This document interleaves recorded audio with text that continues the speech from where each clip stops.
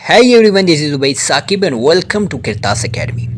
Our today's lecture is about Introduction and Interpretation Clauses of Indian Contract Act.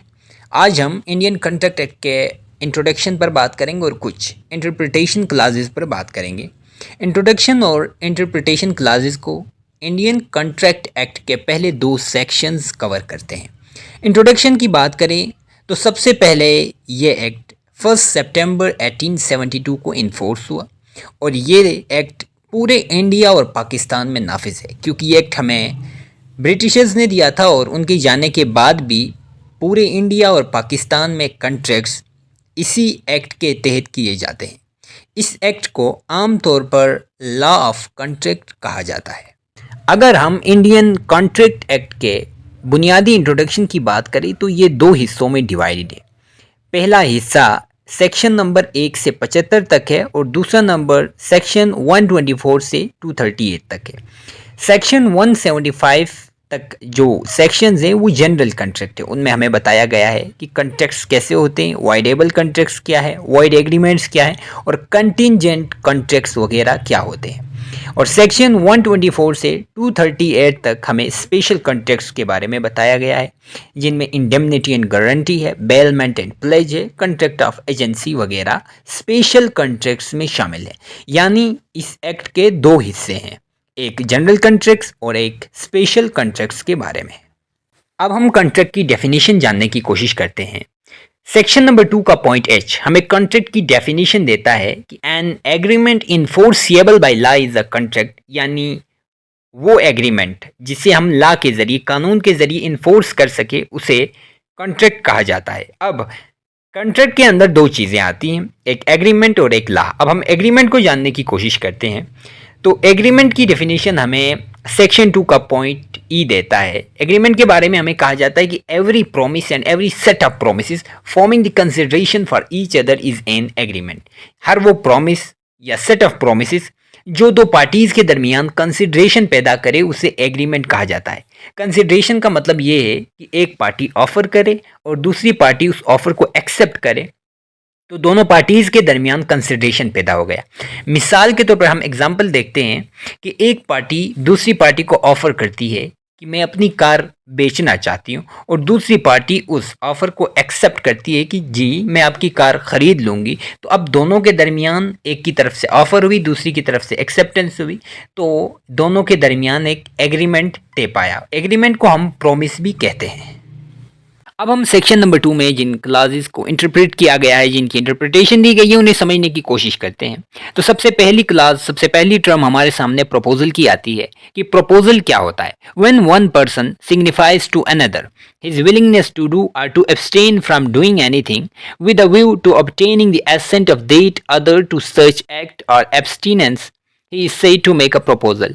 यानी जब एक बंदा किसी दूसरे बंदे पर अपनी राय जाहिर करता है, अपनी विलिंगनेस जाहिर करता है कोई काम करने या ना करने के लिए, इस ख्याल के साथ कि सामने वाला उसे अपना एसेंट दे, तो उसे हम प्रपोजल कहते हैं। मिसाल के तौर पर अगर मैं आपको ये ऑफ़र करता हूँ कि मैं अपनी कार बेचना चाहता हूँ, इस उम्मीद के साथ या इस ख्याल के साथ कि आप मेरी कार ख़रीद लेंगे, तो इसका मतलब ये हुआ कि मैं यहाँ से आपको प्रपोजल भेज रहा हूँ, मैं प्रपोजल भेज रहा हूँ कि आप मेरी कार ख़रीद लें। उसके बाद प्रॉमिस, दूसरे नंबर पे हम प्रॉमिस समझेंगे। When the person to whom the proposal is made signifies his assent thereto the proposal is said to be accepted. A proposal when accepted become a promise.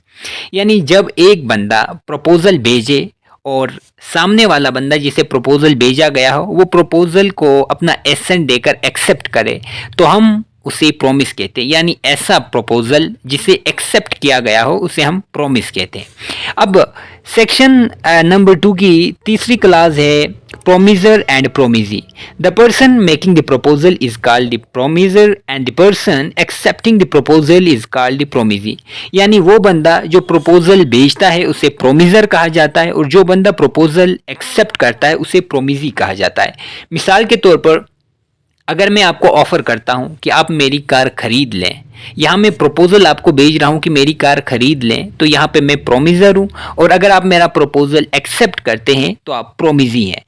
Section number 2 की चौथी class है consideration. When at the desire of the promisee or any other person has done or abstain from doing or does or abstains from doing or promises to do or to abstain from doing something, such act or abstinence or promise is called a consideration for the promise.